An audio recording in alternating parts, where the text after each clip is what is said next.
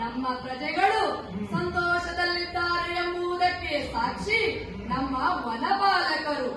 ವನ ಮಹೋತ್ಸವವನ್ನು ಆಚರಿಸುವ ಸಲುವಾಗಿ ನಾನು ಪತ್ನಿಪುತ್ರನ ಸಮೇತ ಬರಬೇಕೆಂದು ಪ್ರಾರ್ಥಿಸಿಕೊಂಡರು.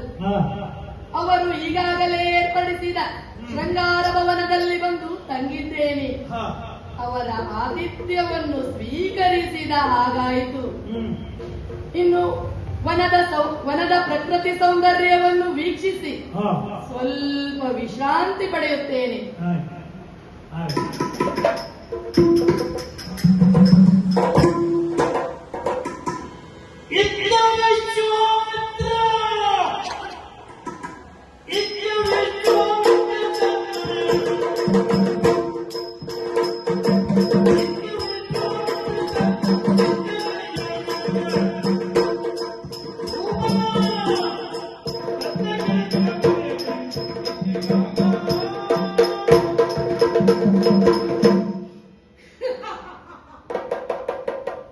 ಹುಡುಕುತ್ತಿದ್ದ ಬಳ್ಳಿ ಕಾಲಿಗೆ ತೊಡಕಿದ ಹಾಗಾಯಿತು. ಇಂದ್ರನ ಆಸ್ಥಾನದಲ್ಲಿ ವಶಿಷ್ಠನಲ್ಲಿ ಮಾಡಿದ ಪಂಥ ಇನ್ನು ಪೂರ್ಣಗೊಳ್ಳಲಿಲ್ಲ. ಮಾಡಿದ ಭಾಷೆ ತೀರ್ಚಲಿಲ್ಲ. ಕಾರಣ ಅವಕಾಶ ಸಿಗಲಿಲ್ಲ. ಈಗ ಸಿಕ್ಕಿದೆ.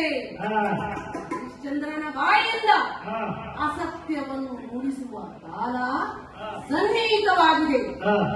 ಯಾವ ರೀತಿಯಿಂದಲೇ ಆಗಲಿ ನನ್ನ ಕಾರ್ಯವನ್ನು ಸಿದ್ಧಿಸಿಕೊಳ್ಳಬೇಕು. ಮೋಸ, ದಗ, ವಂಚನೆ ಎಲ್ಲ ತೃಪ್ತಿಗಳ ಮೂಲಕವೇ ಸರಿ. ಹರಿಶ್ಚಂದ್ರನನ್ನು ಗಳಿಸುತ್ತೇನೆ, ಮಡಿಸುತ್ತೇನೆ. ಅವನ ಬಾಯಿಯಿಂದ ಅಸತ್ಯವನ್ನು ನುಡಿಸುತ್ತೇನೆ.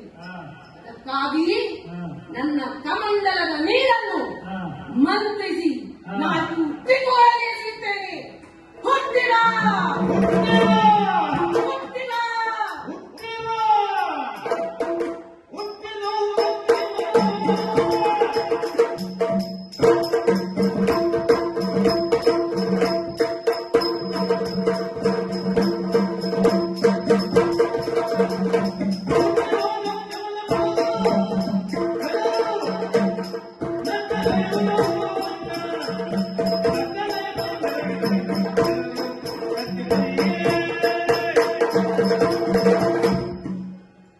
ಮಂತ್ರಿಸಿ ಎಸೆದ ನೀರು ಈಗಾಗಲೇ ತನ್ನ ಕಾರ್ಯವನ್ನು ಆರಂಭಿಸಿದೆ.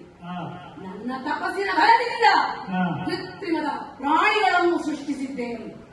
ಇವುಗಳನ್ನು ಕೊಲ್ಲುವುದಕ್ಕಾಗಿ ಹರಿಶ್ಚಂದ್ರ ಬೇಟೆಯಾಡುತ್ತಾ ಬೆನ್ನತ್ತಿ ಬರುತ್ತಾನೆ ನನ್ನ ಅಧೀನದ ಪ್ರದೇಶಕ್ಕೆ.